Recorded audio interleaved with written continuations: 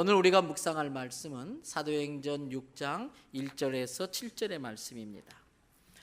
신약성경 196페이지 전후 사도행전 6장 1절에서 7절. 그때에 제자가 더 많아졌는데 헬라파 유대인들이 자기의 과부들이 매일의 구제에 빠짐으로 히브리파 사람을 원망하니 12사도가 모든 제자를 불러 이르되 우리가 하나님의 말씀을 제쳐놓고 접대를 일삼는 것이 마땅하지 아니하니 형제들아 너희 가운데서 성령과 지혜가 충만하여 칭찬받는 사람 7을 택하라. 우리가 이 일을 그들에게 맡기고 우리는 오로지 기도하는 일과 말씀 사역에 힘쓰리라 하니 온 무리가 이 말을 기뻐하여 믿음과 성령이 충만한 사람 스데반과 또 빌립과 브로고로와 나가노르와 디몬과 바에나와 유대교에 입교했던 안디옥 사람 니골라를 택하여 사도들 앞에 세우니 사도들이 기도하고 그들에게 안수하니라. 하나님의 말씀이 점점 왕성하여 예루살렘에 있는 제자의 수가 더 심히 많아지고 허다한 제사장의 무리도 이도에 복종하니라. 아멘. 할렐루야. 오늘 또 여러분과 여러분의 가정, 자녀 그리고 하시는 모든 일들마다 하나님의 도우시는 손길이 함께 하시기를 주님의 이름으로 축복합니다. 여러분 인생을 살다 보면은 개인적으로든 또는 가정적으로든 또는 어떤 공동체 또 교회라는 신앙 공동체에 종종 위기가 찾아올 때가 있습니다. 그 어떤 사람도 위기를 좋아할 사람은 아무도 없을 것입니다. 왜 그런 위기가 찾아올까? 여러 가지 이유가 있겠습니다만 몇 가지 정리해 드린다면, 첫째는요, 자기 스스로 자기를 위기에 빠뜨리는 경우가 있습니다. 분별력이 없고 지혜롭지 못해서 유혹을 받아가지고 자기 스스로를 위험한 위기에 빠뜨리고 맙니다. 예를 들면은 하나님께서 내게 주신 것에 자족할 줄 알아야 됩니다. 감사할 줄 알아야 됩니다. 근데 좀 더 화려하게 살고 싶고 좀 더 멋들어지게 살고 싶고 자기보다 어려운 사람들이 많이 있는데도 불구하고 더 잘 사는 사람 보면서 자꾸 물질에 욕심을 내요. 하나님이 주신 것 잘 가꾸어도 별 문제 없이 행복하게 살 수 있는데도 그 욕심 때문에 평생 모은 재산을 다 끌고 모아서 투자를 하면 좋은데 투기를 하는 거예요. 투자는 여유가 있는 사람이 하는 거예요.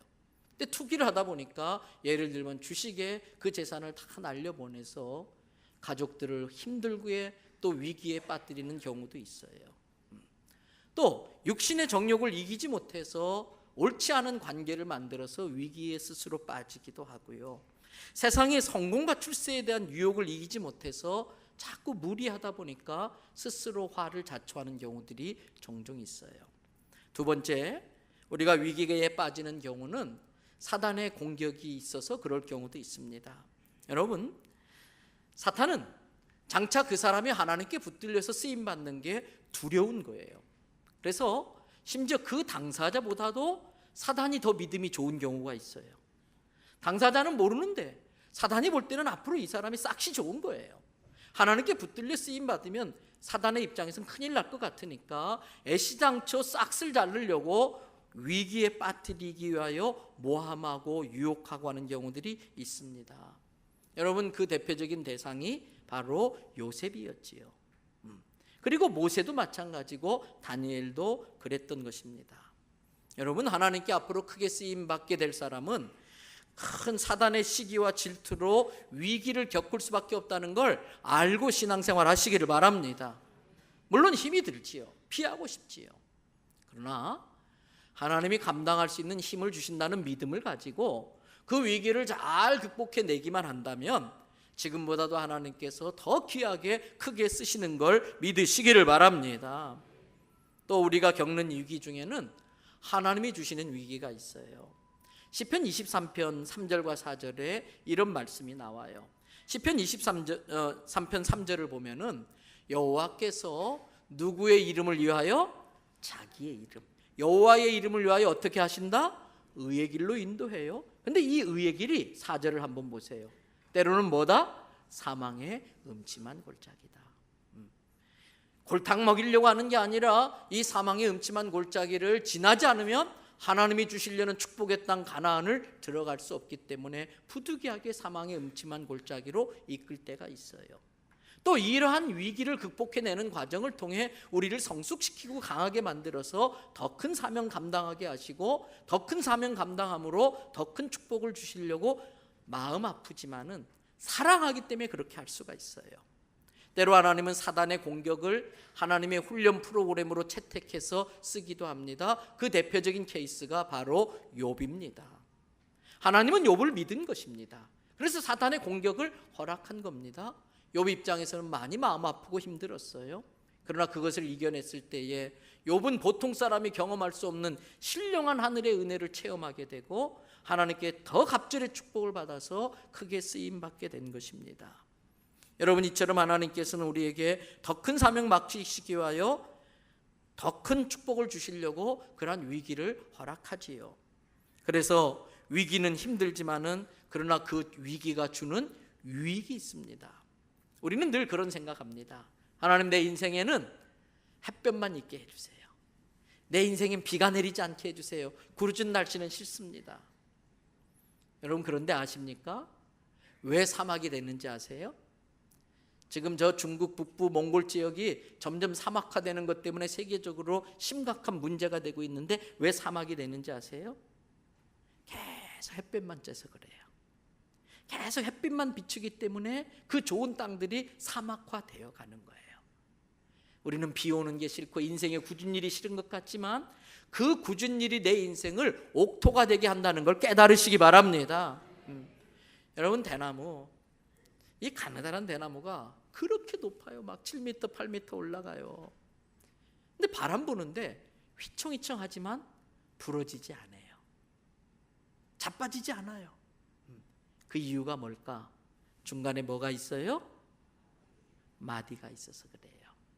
만일 그 마디가 없었다면 이 대나무는 금방 넘어지고 그 넘어질 때에 이렇게 갈라진 그런 것들 때문에 대나무는 쫙쫙 찢어져 버리고 말 거예요. 근데 그 마디가 중간에 그걸 막아주는 거예요.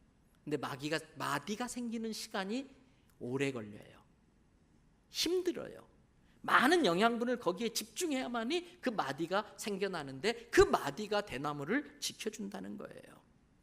여러분, 이처럼 위기는 힘들지만 위기가 우리에게 주는 유익이 있습니다. 첫째는요, 위기를 통해서 진짜와 가짜가 구분됩니다.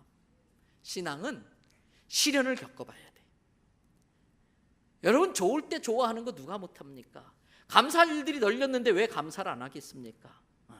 기뻐할 일이 많은데 기뻐하는 게 당연하지요. 그러나 진짜 신앙은 그럼에도 불구하고 그리 아니하실지라도 감사하기 힘듦에도 불구하고 합력하여 선을 이루신 하나님을 믿는 믿음으로 감사를 하는 거예요. 그래서 진짜 신앙은 그 시련을 통해서도 그 시련 중에서도 감사하는지 봄으로써 신앙이 증명되어지는 거예요. 여러분, 그렇게 많았던 친구가 내가 어려운 일을 겪는다 그러면 어디로 갔는지 다 숨어버려요. 전화해도 안 받아요. 그래서 그러한 위기를 통해 진짜와 가짜 친구를 구분해낼 수 있는 것이지요. 또 위기를 통해서 얻는 유익이 있습니다. 지금 내가 누리고 있는 것들, 내게 허락된 것들이 얼마나 귀한 것인지, 이게 얼마나 감사할 일인지를 위기를 당해봐야 깨닫는 거예요. 혹시 여러분들 중에서 새끼발가락 아파 보신 적이 있으신가요? 전에 저도 새끼발가락을 조금 아파 본 적이 있어요. 평상시엔 존재감이 없었어요. 이 새끼발가락 있으나 마나 있는 줄도 모르고 살았어요. 그런데 새끼발가락이 아파 보니까 이게 무슨 일을 하는지 알겠더라고요. 새끼발가락의 중요한 역할이 뭔지 아세요? 밸런스예요. 균형. 새끼발가락 하나는 없어도요, 걸어가는데 뒤뚱뒤뚱 잘 넘어지더라고요. 위기를 통해서 그것이 얼마나 귀한지를 깨닫게 되는 거예요. 가정의 위기를 겪지만 진짜 부부는 그 위기 중에 똘똘 뭉쳐요. 진짜 사랑이라는 것을 확인하게 되면서 그 위기 이후에 더 사랑이 깊어지는 거예요. 또 위기를 통해서 우리는 무엇이 더 중요하고 덜 중요한지 그 가치를 깨닫게 됩니다. 우선순위를 분별할 줄 알게 됩니다. 여러분, 건강을 한 번쯤은 잃어봐야 건강이 얼마나 소중한지 알고 건강을 중시할 줄 아는 거예요. 지혜는 무엇이 더 중요하고 무엇이 덜 중요한지를 분별할 줄 아는 게 지혜입니다. 여러분, 돈보다 사람입니다. 돈보다 가정입니다. 돈보다 자녀입니다. 돈보다 부모입니다. 돈보다 건강입니다. 그리고 돈보다도 하나님인 줄로 믿습니다. 영혼이 잘못되면 다 잘못되는 거예요. 그래서 사도 요한이 내 영혼이 잘됨 같이 범사가 잘되고 그 다음에 강건하기를 원한다고 그랬어요. 위기는 우리로 하여금 뭐가 정말 중요한지를 깨닫게 만들어주는 거예요. 또 위기는요, 진짜 실력이 드러나게 해주고 그 위기를 통해서 경쟁자들을 물리치는 일을 하게 됩니다. 여러분, 우리나라가 한때 재정적으로 많은 금융 위기가 있었던 적이 있었지요. IMF 구제 금융 때도 그랬습니다. 리먼 브러더스 사태 때도 그랬습니다. 여러분, 힘없는 회사들은 다 도산해요. 다 무너져요. 근데 힘들지만은 그것을 딱 버텨내고 그때 살아난 회사는 그 다음부터는요 다 수월해요. 왜? 경쟁자들이 다 문을 닫아버린 거예요. 여기저기서 물건 갖다 달라고 막 연락이 오는 거예요. 이처럼 위기는 내가 진짜란 것과 내 실력을 검증해 줄 수 있는 좋은 기회가 돼요. 그래서 사람들은 위기를 갖다가 또 다르게 뭐라고 표현하기도 해요? 위기는 곧 위대한 기회다. 위대한 기회를 줄여서 위기라고 말하는 것입니다. 또 위기는 우리에게 어떤 유익이 있는가? 더 큰 일을 감당할 수 있도록 힘을 길러주고요, 우리의 값어치를 올려주는 일을 해요. 지난 봄에 우리 권사님들과 함께 1박 2일로 수련회를 다녀왔어요. 그때 장사도라는 곳을 갔는데 아주 섬을 예쁘게 잘 가꾸어 왔더라고요. 그 섬 위에 가니까 폐교된 학교를 잘 꾸며놨는데 운동장에다가 분재를 많이 갖다 놨어요. 참 희한하더라고요. 조그마한 분재인데 그 뿌리는요 정말 오래된 것처럼 막 나무의 껍질이 막 거칠고, 그러면서 아주 예쁜 모양을 하고 있는데 가만히 보니까 거기에 뭐를 칭칭 감아놨어요? 철사를 감아놨어요. 힘들지요, 어렵지요. 그런데 그 철사로 감아놓는 그 고통의 시간이 있었기 때문에 그 분재의 값이 그렇게 올라가는 거예요. 거기에 보니까 200년 된 것도 있고 150년 된 것도 있는데 어떻게 이 조그만 화분에서 이렇게 200년을 버텨냈을까? 그 고통의 시간이 있었기 때문에 값을 계산하기 힘든 엄청난 금액의 분재가 되더라는 거예요. 오늘 우리의 삶에 힘들고 어려운 일들이 있어요. 내 인생을 철자로 막 동여매가지고 잡아당기는 고통이 있을 수도 있어요. 그러나 그것 때문에 더 강해지고 그것 때문에 우리의 값이 올라가게 된다는 걸 깨달으시기를 바랍니다. 비바람을 견디는 내모가 강해지고요, 귀한 일에 쓰임받는 거예요. 또 위기는요, 그 사람을 겸손하게 만들어요. 전에는 자기가 제일 잘난 줄 알고 시건방 떨면서 다른 사람 얕잡아보고 우습게 보던 사람이 위기를 겪어보면 자기가 얼마나 보잘것없는 존재인지를 알게 돼. 다른 사람들이 얼마나 대단한지를 알게 돼서 다른 사람을 존중할 줄 알고 동시에 그 위기 때문에 하나님 앞에 납작 엎드려서 겸손하게 되는 줄로 믿습니다. 그런데 겸손하게 되면 어떤 일이 벌어지는가? 하나님은 교만한 자를 패하시고 겸손한 자를 들어서 높이 쓰는 줄로 믿습니다. 그런 위기를 통해 내가 겸손해질 때에 주님이 나를 써주신다는 거예요. 여러분, 오늘 본문 사도행전에는 교회가 어떻게 이 땅에 생겨나게 됐는지를 우리에게 알려주고 있어요. 사도행전 2장에 보니까 오순절날 마가의 다락방에 성령님이 강력하게 임하십니다. 두려움에 떨며 숨어 있었던 제자들이 그 성령님이 임하자 담대함이 생기면서 문을 박차고 나가 복음을 전해요. 많은 사람들이 사도들을 통해서, 제자들을 통해서 그들이 무슨 짓을 했는지 깨달은 거예요. 예수를 죽였는데 그냥 어떤 한 사람 죽인 게 아니라 그 예수가 곧 구약에 예언된 메시아라는 걸 깨닫게 되면서 우리가 지금 무슨 짓을 한 거지? 우리가 메시아를 죽였단 말인가? 통곡하고 회개하고 난리가 나요. 그때 베드로가 하나님은 사랑이시다. 너희가 회개하고 예수의 이름으로 세례를 받으면 하나님의 자녀가 되고 구원을 받게 될 것이다. 심지어 하루에 3,000명씩 회개하고 돌아오면서 교회가 생겨나게 된 거예요. 여러분이 초대교회가 얼마나 사랑이 넘치는지, 얼마나 은혜가 넘치는지, 교회 자체가 바로 천국이었어요. 그 초대교회 모습을 한번 보십니다. 성경 앞으로 2장 넘기셔서 사도행전 4장 32절부터 35절에 믿는 무리가 다 뭐라고 되어 있어요? 한 마음과 한 뜻이 돼요. 여러분, 부부간의 마음이 갈라진 게 지옥이에요. 부부간의 마음이 하나가 되면, 한 뜻이 되면 그게 천국이에요. 교회도 다양한 사람이 모였지만 하나님의 말씀 앞에, 하나님이 주신 비전 앞에 하나가 돼야 할 줄로 믿습니다. 금년에 우리 교회의 목표, 금년에 우리 교회의 표, 금년에 우리 교회의 비전은 뭐예요? 다 같이 한 음성으로 읽습니다. 영혼을 구원하고 그리스도의 제자를 세워가는 교회. 여기에 온 교회가 한 마음이 돼야 되는 거예요. 그 다음 또 무슨 일이 벌어지는가? 모든 물건을 서로 막 나누었어요. 자기 재물을 이거 내 거야 하는 이가 없어요. 33절, 사도들이 큰 권능으로 무엇을 증언했어요? 주 예수의 부활을 증언했더니 무리가 큰 은혜를 받았어요. 은혜를 받으면 달라져야 돼. 은혜를 받으면 변화가 일어나야 돼요. 어떤 일이 일어났는가? 35절 다 같이 읽습니다. 사도들의 발 앞에 두매 그들이 각 사람의 필요를 따라 나누어 줌이라. 아하, 은혜를 받고 나니까 내게 주어진 이 많은 물질들이 내 것이 아니구나. 하나님의 은혜로 내게 하나님이 나를 귀하게 쓰시려고 맡겨주셨구나. 청지기 의식이 생각나는 거예요. 그때부터 물질은 더 이상 축복이 아닙니다. 하나님의 일을 위한 도구입니다. 하나님께서 내게 감당하라고 하신, 사명을 위해 쓰라고 하신 하나님의 도구인 것입니다. 그러니까 하나님의 뜻대로 물건을 통용하고 막 나누어 주는 거예요. 특별히 사도들이 주 예수의 부활을 증언하고 나니까 큰 은혜를 받는데, 아하, 이 땅의 삶이 전부가 아니구나. 이 세상의 시간은 곧 지나고 여기 있는 것들은 다 썩어질 것이구나. 그럼 내가 어떻게 살아야 될까? 아, 나도 예수 믿었으니까 죽어서 다시 부활하게 되면 영원한 천국에서 살게 될 텐데 천국을 준비해야 되겠다. 그래서 자기의 것들을 다 사도의 발 앞에 갖다 주니까 사도들이 필요한 사람들에게 골고루 나눠주어서 가난한 자가 없게 되더라.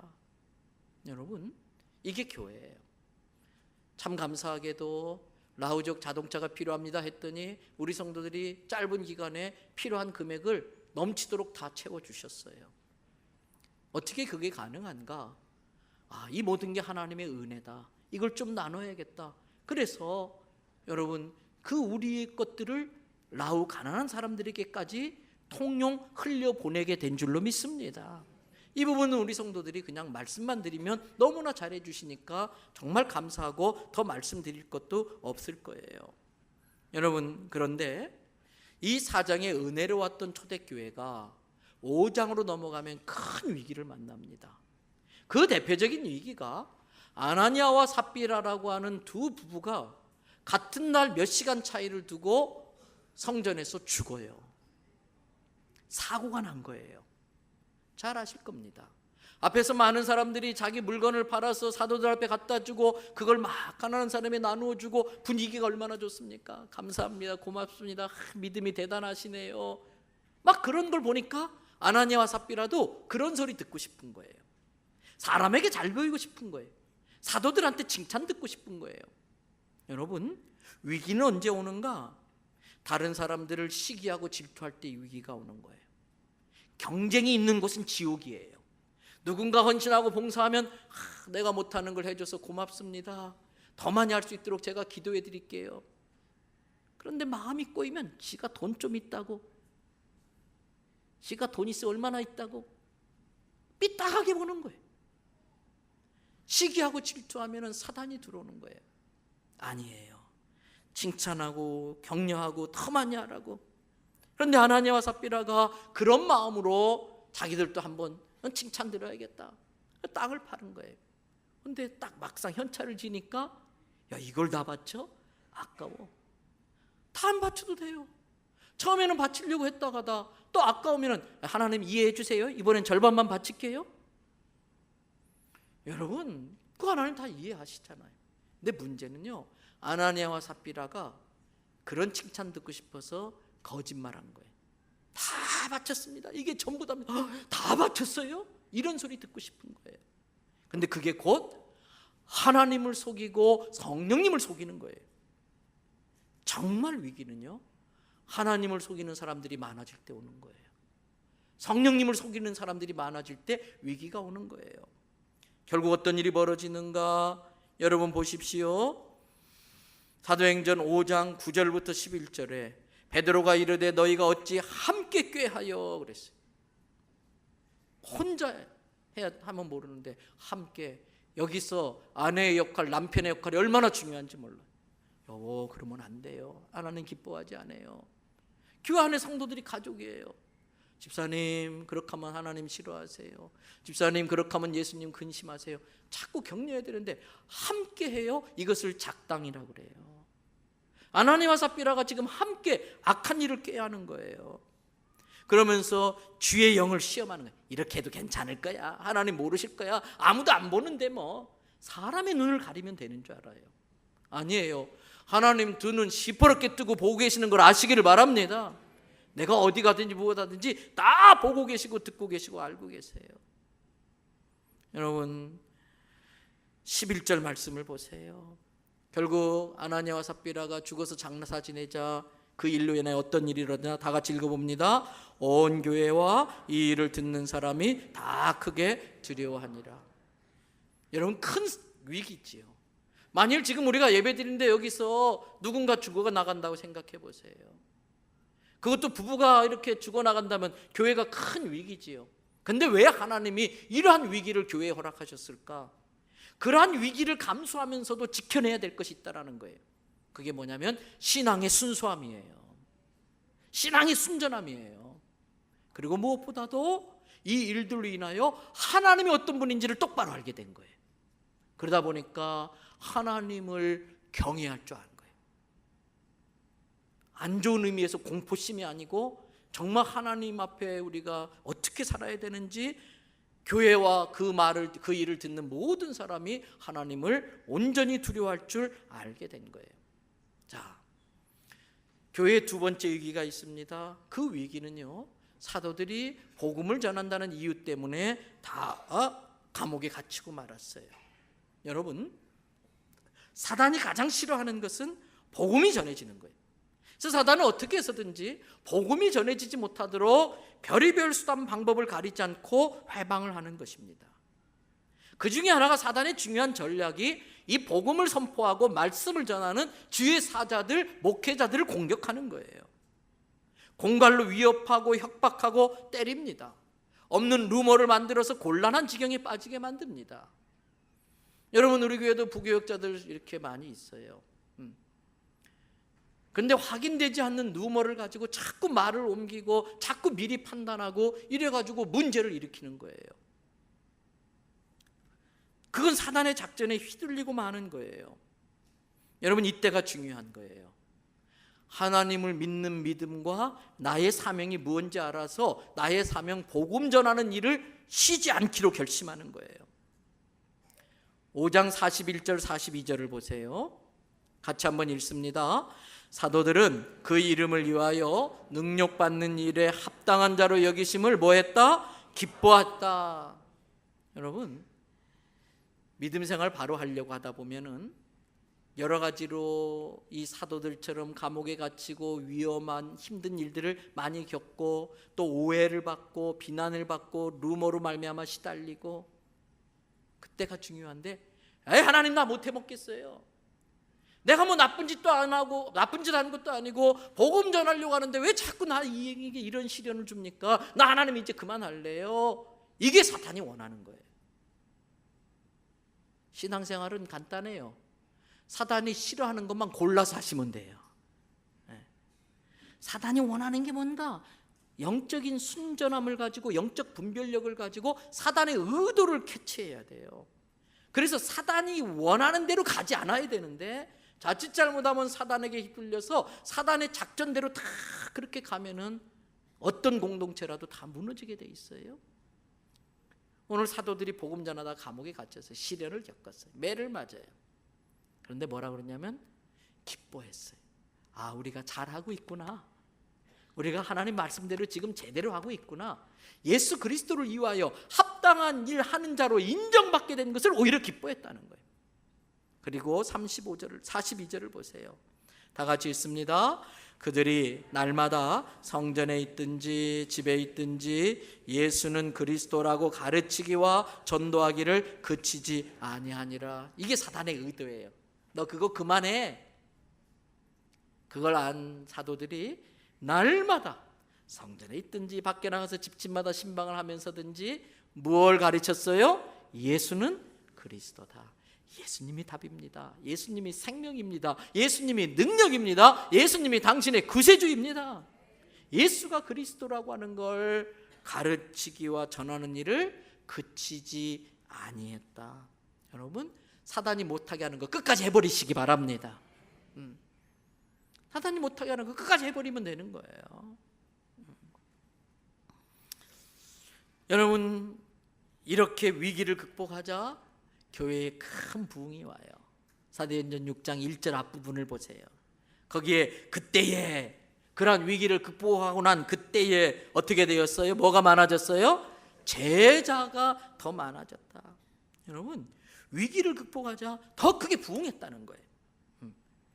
위기가 힘들게 하지만 그 위기 때문에 마디가 생겨서 어떤 시련도 이겨내게 만들고, 그 분재를 철사로 동여맨 것 때문에 분재의 값이 올라가는 것처럼 위기를 극복하니까 더 큰 하나님의 축복과 은혜와 부흥이 오게 되는 줄로 믿습니다. 그래서 위기에 무너지면 망하지만 위기를 극복하면은 부흥이 오는 거예요. 그래서 위기는 부흥의 기회가 되는 것입니다.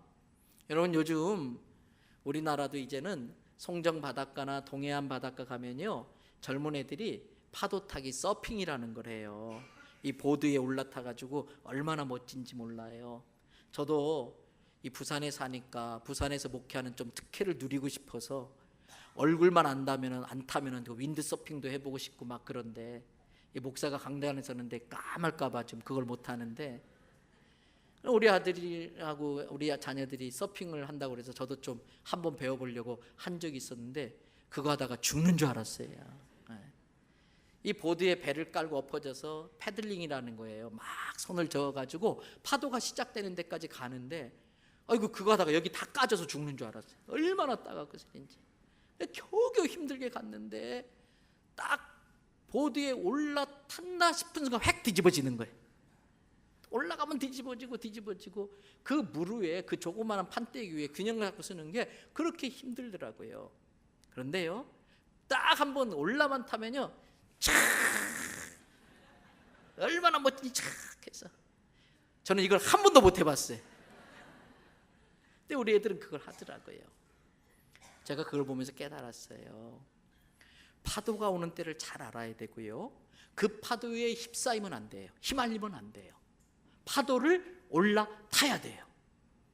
하나님은 개인이든 가정이든 사업이든 교회든 부흥을 주시기 위하여 파도를 일으켜 주시는 줄로 믿습니다. 우리가 파도를 일으킬 수는 없어요. 하나님만 파도를 일으킬 수 있는데 그 파도를 놓치면 안 돼.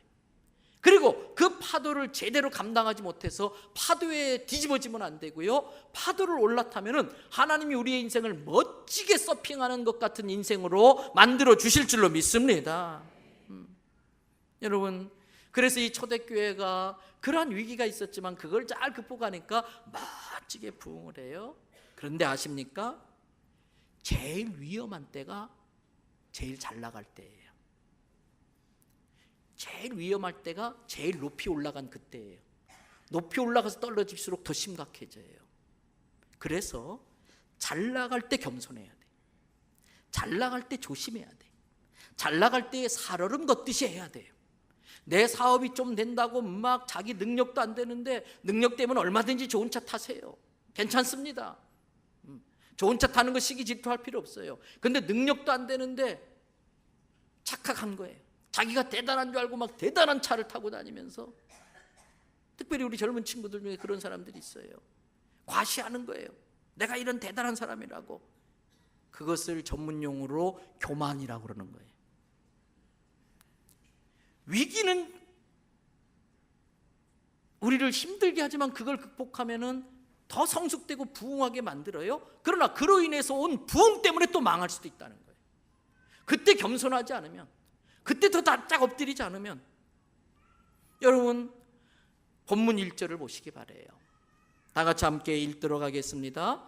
그때에 제자가 더 많아졌는데 헬라파 유대인들이 자기의 과부들이 매일의 구제에 빠짐으로 히브리파 사람을 뭐 했다? 원망했다. 여러분, 외부에서 오는 위기가 있고요, 내부에서 일어나는 위기가 있어요. 그런데 로마 제국사라든지 세계 제국사 역사책을 읽어보면은 역사상 있었던 대제국들은요, 외부의 공격으로 망한 경우는 거의 없어요. 다 내부의 부패와 분란으로 인해서 스스로 자멸합니다. 이번 성지순례팀 아주 좋은 찬스로 이제 가시게 될 텐데, 요르단에 가면은 한 성을 방문하게 되실 거예요. 저 꼭대기에 있는 그 성인데 난공불락의 요새예요. 그래서 그 당시에 그 성은 절대 무너뜨리지 못한다 그랬는데 그 성이 무너졌어요. 가면 히스토리를 혹시 듣게 될지 모르겠는데, 지난번 저랑 성지순례 갔던 분들은 아실 거예요. 이 적군이 그 성을 무너뜨리려고 거기에 잘생긴 청년 하나를 스파이로 들여보내요. 그 청년에게 반했던 여자가요, 그 청년하고 데이트하고 싶어가지고 지하에 있는 비밀 통로를 열어준 거예요. 이 청년이 그 비밀 통로가 어디 있는 걸 알고서 한밤중에 거기를 열고 들어가서 하루 사이에 그 성이 다 장악돼 버리고 말아요. 진짜 위기는요, 내부에서 일어나는 게 진짜 위기예요. 그 사탄은 그 공동체를 무너뜨리기 위해서 어떻게 하느냐? 섭섭한 마음을 불어넣어요. 헬라파 과부들이 매일의 구제에서 자꾸 제거되는 거예요. 어떤 행정적인 착오든 어떤 편견이 있든 어떤 이유로든 자꾸 빠지니까 처음엔 왜 이래? 이럴 수가 있어? 어르신들이 형이 참아야지, 누나가 참아야지 이렇게 말하지만 그게 매일 되다 보니까 섭섭한 거예요. 원망이 들어가는 거예요. 그래서 파가 갈라지고 헬라파 히브리파 갈라지면서 서로 막 싸우고. 여러분, 그런데 왜 그런 문제가 생겼을까? 아이러니컬하게도 부흥을 원했잖아요.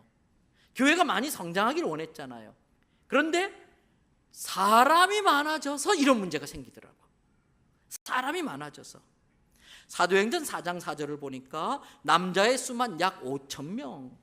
사도행전 5장 14절을 보니까 나중엔 사람이 너무나 많아가지고 숫자를 못 세니까 남녀의 큰 무리 두리뭉실 이렇게 표현을 해요. 이 정도로 갑자기 부흥하니까 예상하지 못했던 문제들이 생겨요. 여러분, 교회가 성장하는 건 참 감사한 일이에요. 그러나 교회가 성장하다 보면 여기저기에서 불만의 소리도 자연히 커질 수밖에 없는 거예요. 부작용이 생길 수밖에 없는 거예요. 여러분, 우리 교회도 한번 보세요. 처음 이 교회 10년 전에 이사 들어올 때는요, 아이고 이 빈 공간을 다 어떻게 채우나. 근데 요즘은요, 주일날 보면 구석구석 안 들어가 있는 데가 없어요.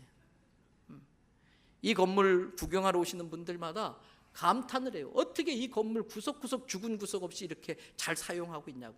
그런데 이것도 모자라는 거예요. 그뿐입니까? 그전에는요, 올라가면 바로 밥 먹었어요. 근데 요즘은 어때요? 줄 서야 돼요. 근데 좀 늦게 가면요, 어떤 주일날 좀 만남 반찬이 나오면은 떨어져요. 왜? 나만 맛있는 게 아니라 모두가 맛있어요. 성숙은 아무리 맛있어도 다른 성도가 좀 먹어야지, 그래서 자기가 먹을 만큼 적당히 가져가야 되는데 이게 웬 횡재냐 막 가져다가 잡숫고 남겨요. 여러분, 음식을 남기는 건 죄입니다. 혹시 다음 주에 주방에 CC 카메라가 설치될지 모르겠어요. 그래서 많이 남기는 분은 예배 시간에 한번 공상을 공개할지도 몰라요. 나 조금만 주세요. 적당히 들어가 먹어야 돼. 근데 불편해. 왜? 밥 먹는 것도 불편해. 교회가 참 부흥된 건 참 좋은데 주차장이 좁아요. 주차하기가 불편해.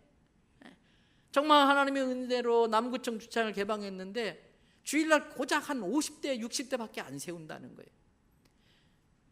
어린아이 데리고 온 부모들을 위해서, 그리고 또 나이 많으신 어르신들을 위해서, 그리고 또 몸이 불편한 분들, 또 새가족들을 위해서 좀 비워둬야 돼요. 성숙은 배려예요. 성숙은 내가 불편해지는 걸 감수해내는 거예요. 성숙은 참아낼 줄 아는 거예요. 미성숙한 사람일수록 못 참아요. 애들은 견디지를 못해요. 그러나 어른은 견뎌내는 게 성숙해서 그런 거예요. 그래서 운동하고 얼마나 좋아요. 롯데캐슬에 계신 분들은 걸어오시기를 바랍니다. 특별히 비 올 때는요, 우산 쓰고 오세요. 네.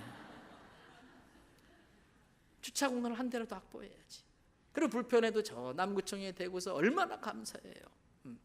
여러분, 교회가 부흥한 건 감사한데 그 부흥 때문에 섭섭한 마음이 들고 그러한 모습들로 인해서 많은 불평과 원망이 생겨날 수 있다는 거예요. 때문에 우리는 성숙한 모습으로 그러한 모든 것들을 잘 감당할 때에 또 그 위기를 넘어서 교회가 부흥하게 될 줄로 믿습니다. 여러분, 문제 없는 교회는 없어요. 지상에 있는 교회 중에 문제 없는 교회는 없어요. 그래서 제가 전에도 말씀드렸잖아요. 부산에 이 기독교가 열악한 상황에서 저런 큰 대형교회를 이루신 정필도 목사님 존경받아야 되지요. 그 어르신 가끔 만나서 목사님, 저도 목회 잘하고 싶은데 어떻게 하면 돼요? 그럼 목사님 늘 한결같이 똑같아요. 항상 두 가지 말씀하세요. 첫째는요, 믿음을 가져야 돼. 믿어야 돼. 두 번째는 기도해. 기도. 문제 생기면 회의하지 말고 기도해. 그러세요. 대부분의 문제는 사람의 힘으로 해결할 수 없는 문제들이에요. 억지로 사람이 해결하려고 하다 보면 누군가가 상처를 입어요. 대부분의 문제는 하나님의 은혜로만 해결될 수 있는 줄로 믿습니다. 그러면 하나님의 은혜 앞에 엎드리는 거예요. 왜 사람이 많아지는데 교회가 문제가 생길까? 여러분, 옛날에 100명, 제가 부임했을 때 한 100명 모일 때는요, 목사가 100명쯤은 아무것도 아니지요. 다 만나줄 수 있어요. 근데 1000명이 됐다? 그러면 100분의 1의 사랑을 받던 사람이 1000명이 되면 지금 사랑을 어떻게 받을까요?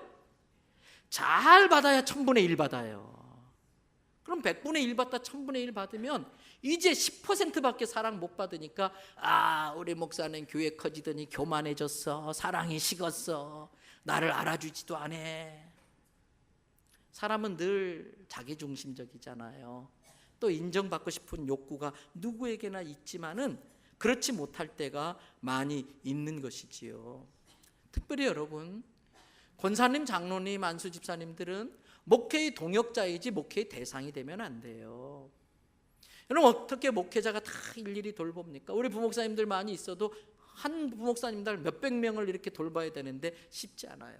근데 양이요, 몸이 뚱뚱하고 다리는 짧아서 넘어지면 못 일어나요. 뒤집어져서 바둥바둥을 못 일어나는 거예요. 그때 노련한 양, 경험 많은 양, 장로님, 권사님, 안수쌤 양이 가지고 어깨를 가지고 쑥 밀어줘요. 그러면 이 어린 양이 파닥파닥 하다 펄떡 일어나요. 가서 엉덩이를 한번 쑥 밀어주면 되는 거예요. 사람이 많아지면 불편한 것도 많고 원망하는 소리가 나오기도 쉬운데 그것을 막아내는 게 뭐예요? 성숙한 사람들이 첫째는 불편을 감수해야 돼요.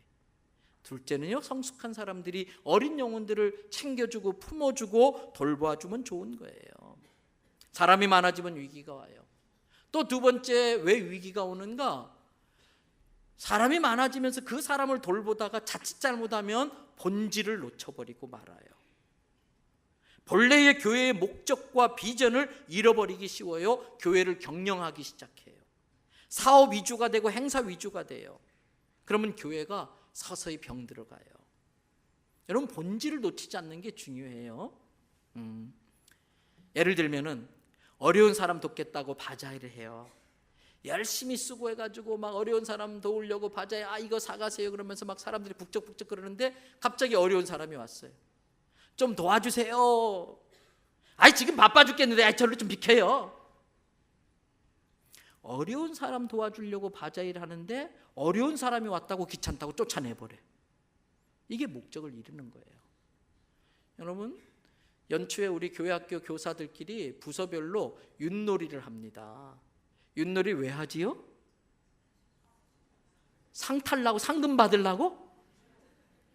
올해요 제가 출탄을 하고 해마다 그 윷놀이하면 담임 목사로서 좀 금일봉을 상금으로 내거는데 제가 못 냈어요. 그랬더니 와가지고 저한테요 내놓으라고 막 따지더라고요. 아이 주고 말고는 내 마음이지. 해마다 주니까 당연히 내놓으라고 막. 상금이 목적이 아니잖아요.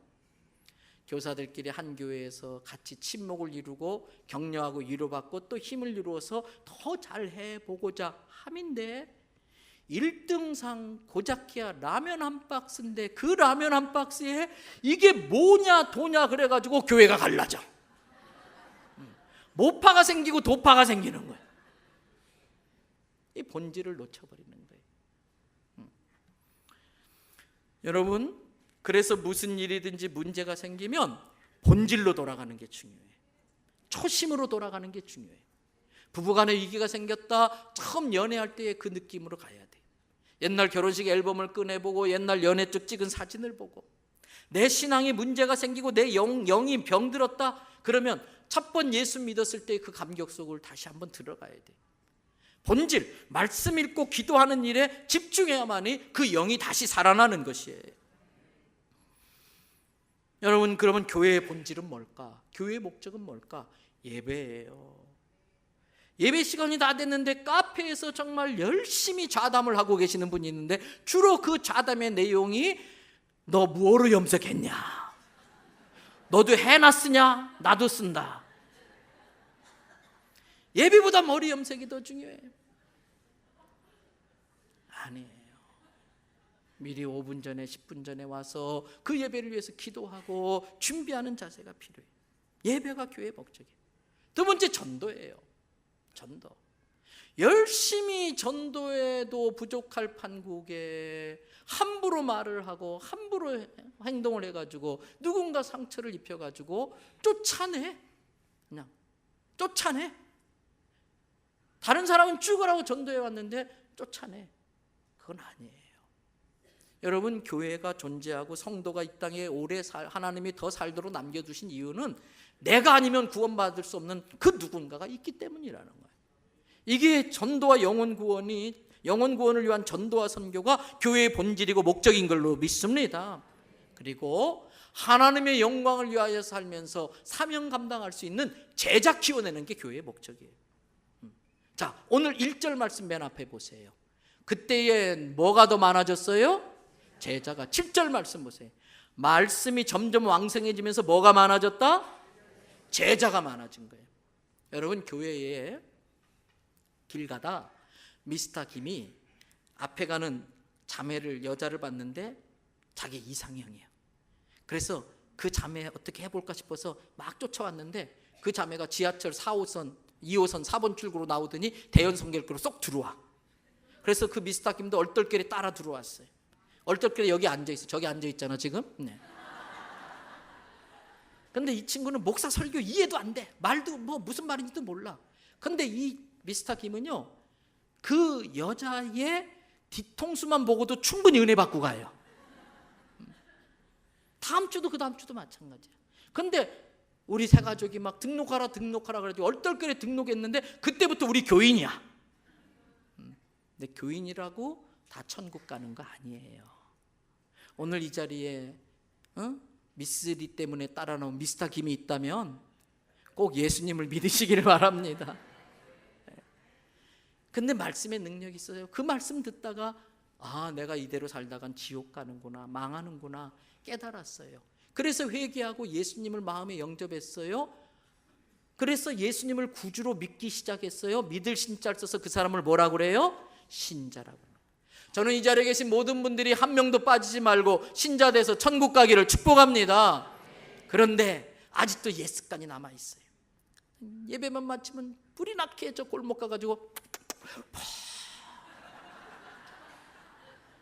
그냥 주일날 아니고 다른 명 하면은 또 그냥 해서 그냥 얼굴이 펄게 가지고 엘리베이터에서 교회 학교 아이 만나가지고 어쩔 줄을 몰라 하고 자식은 자식인데 부모 속을 썩여.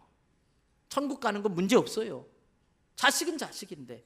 근데 아버지의 이름을 더럽히고 아버지의 이름을 욕먹게 만들고 안 좋은 버릇, 안 좋은 습관, 아직도 변화되지 못한 그 말투 막 함부로 말하고 이러는 것들. 근데 이 친구가 어느 날 하나님의 은혜를 깨닫게 된 거예요. 내가 이렇게 귀한 은혜를 받았는데 아버지 마음을 저렇게 아프게 했구나. 회개하면서 성령의 불세례가 확 임하는 거예요. 그때부터 철든 자식이 됐어요. 어떻게 하면 하나님을 기쁘게 해드릴까? 어떻게 하면 하나님의 이름을 높여드릴까? 그때부터 거룩한 생활에 관심을 갖고 거룩한 생활을 살기로 힘쓰는데, 그런 사람을 거룩할 성자를 써서 뭐라고 한다? 성도가 되시기. 저는 우리 교회 성도들이 교인에서 신자로, 신자에서 주저앉지 말고 하나님의 영광을 드러내는 성도 되기를 축복합니다. 그런데 성도처럼 살려는 게 스트레스가 되면 안 돼요. 내가 목사인데 목사 나와야지 목에 힘주고 아유 사랑하는 성도님 할렐루야. 기도할 때 좀 목소리 좀 바꾸지 마세요. 그냥 말할 때 목소리를 기도하세요. 이상한 목소리, 막 거룩한 목소리 하려고 억지로 하면 어색해요. 하나님이 굉장히 닭살스러워하세요. 그냥 평상시 말하는 대로 자연스러워야 돼요. 그런데 하나도 안 불편해. 나는 할 말 다 하는데도 내 입에서 하나님 영광 가리는 말이 나오지 않아요. 술, 담배 안 해도 하나도 불편하지 않아. 술 먹는 사람이 너무나 존경스럽고 부럽고, 나도 한 번을 해보고 싶은데 목사라서 하지 못하겠고, 이런 적이 한 번도 없어. 편해. 왜 그런가? 거룩한 성도의 삶이 경건의 훈련을 통해서 몸에 밴 거예요. 익숙해진 거예요. 아주 편안한 거예요. 자연스럽게 하나님의 영광을 드러내요. 여러분, 그렇게 훈련된 사람을 뭐라고 그래요? 제자라고 그러는 거예요. 그래서 오학신 공부도 하고 1:1 제자 양육도 하고 그런 프로그램을 돌리는 거예요. 왜? 내가 점점 더 예수 그리스도의 인격과 성품을 닮아가는데 그게 몸에 배여서 자연스럽게 내가 말하면 하나님의 영광이 돼. 내가 사람들 만나면 내 모습을 보고 사람들이 하나님을 찬양하게 되는 거예요.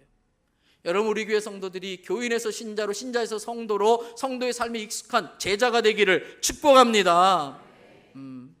그래서 결론 내립니다. 그 일을 위해서 3절과 4절에 결정을 한 거예요. 자, 3절 4절 다 같이 읽습니다.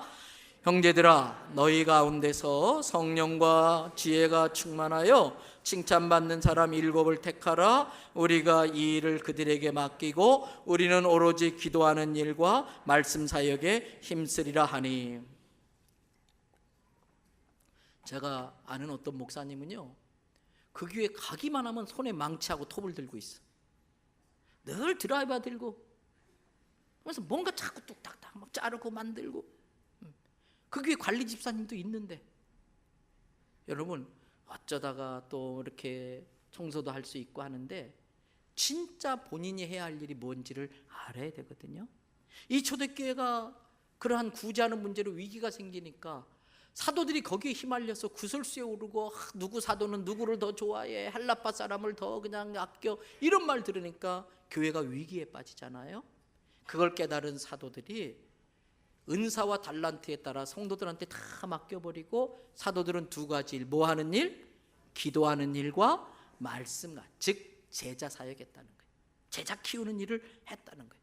성도들을 위해서 계속 하나님 앞에 중보기도를 올려드리는 거예요. 모세가 하나님 앞에 하는 것처럼. 그래서 저를 비롯해서 우리 교회 부목사님들이 책상에 앉아서 말씀 연구하는 시간이 많아져야 돼.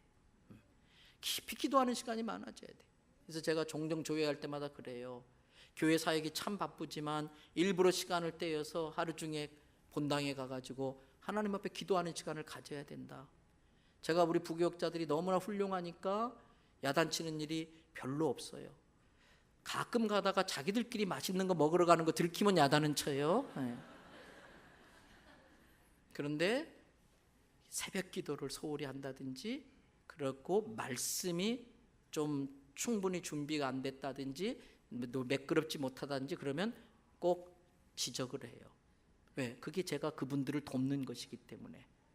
여러분, 교회 공동체가, 목회자들이 기도하는 일과 말씀을 준비해서 먹이는 일에 집중할 수 있도록 협조해 주시기를 바랍니다. 결론 내립니다. 성장하다 보면 성장통이 있어요. 이런저런 의견들이 있고 사람들이 하도 다양하다 보니까 이런저런 말들이 있는데, 난리 난 거 아니에요. 그것이 파도예요. 그것을 잘 극복하면 더 성숙되어져 가고 더 건강해져요. 개인으로나 가정으로나 사업도 교회도 똑같습니다. 여러분들의 삶 가운데 개인적으로든 어떤 위기가 닥쳐왔습니까? 그거 하나님의 손 안에 있는 걸 믿으시기를 바랍니다.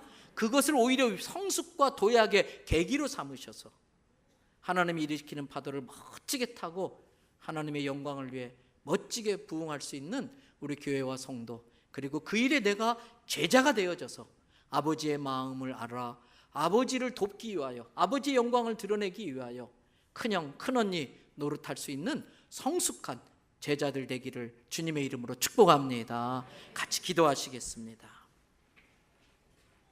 오늘 내게 주신 주님의 음성이 있습니다. 내게 깨닫게 하신 주님의 메시지가 있습니다. 내가 무엇이 달라져야 되나? 내가 무엇이 고쳐져야 되나? 내 문제가 뭔가? 그거 주님 앞에 고백하시고 도와달라고 하세요. 해결해 달라고 하세요. 내가 교인이라면 빨리 예수님 만나야 돼요.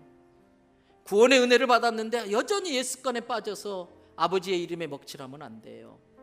억지로 성도의 삶을 사는 건 피곤한 일이에요. 결국은 지쳐 쓰러져요. 성령의 능력을 받고 경건의 훈련을 통해서 자연스럽게 제자의 삶을 살아내야 돼요. 그럴 수 있도록 도와달라고 함께 기도하겠습니다. 은혜로우신 아버지 하나님,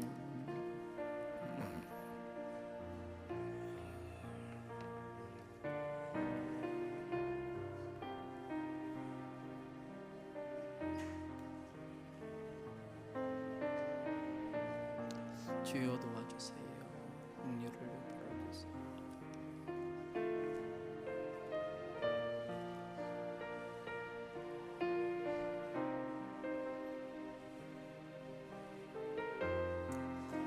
하나님 감사해요. 하나님 감사합니다.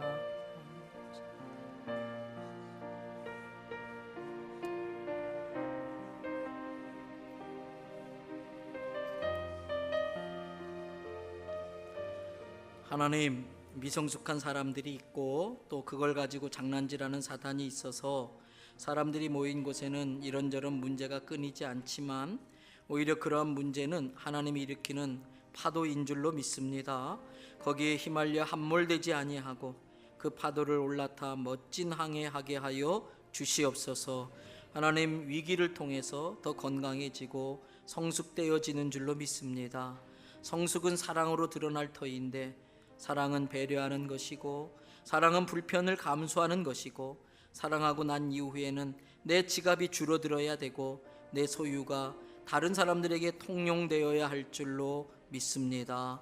하나님, 우리 교회 성도들 한 분도 지옥 가지 않는 신자 되게 하여 주세요. 또 말하는 거나 행동하는 거나 모든 삶의 모습을 통해 아버지 하나님의 영광을 드러내는 성숙한 성도들이 되게 하여 주시옵소서. 쇼하느라고 이렇게 아나니아와 삽비라처럼 그런 척하지 않게 하시고 훈련받아서 경건의 훈련을 통해 제자가 되어 그러한 삶이 자연스럽게 흘러나오게 하여 주시옵소서. 하나님, 우리 교회가 다시 한번 크게 부흥되어지기를 원합니다. 식당에 식사하는 게 불편하지만 기다려주는 배려가 있게 하여 주시고 애쓰고 수고하는 분들을 칭찬하고 격려하게 하여 주시옵소서.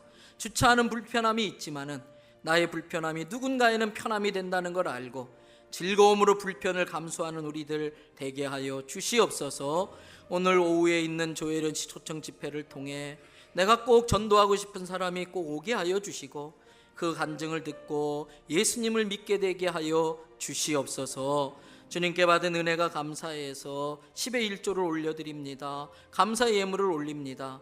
물질의 주인 노릇하지 말게 하시고 물질의 청지기가 되어서 물질의 진정한 주인이신 하나님의 뜻대로 쓸 줄 알게 하여 주시옵소서. 성령의 감동에 따라 특별히 드리는 목적 헌금 받아주시옵고 하나님의 나라가 세워지고 하나님의 뜻이 이루어져 가게 하여 주시옵소서. 드리고 싶은 마음은 누구보다도 최고이지만은 하루하루 살아가는 게 힘든 성도들이 있습니다.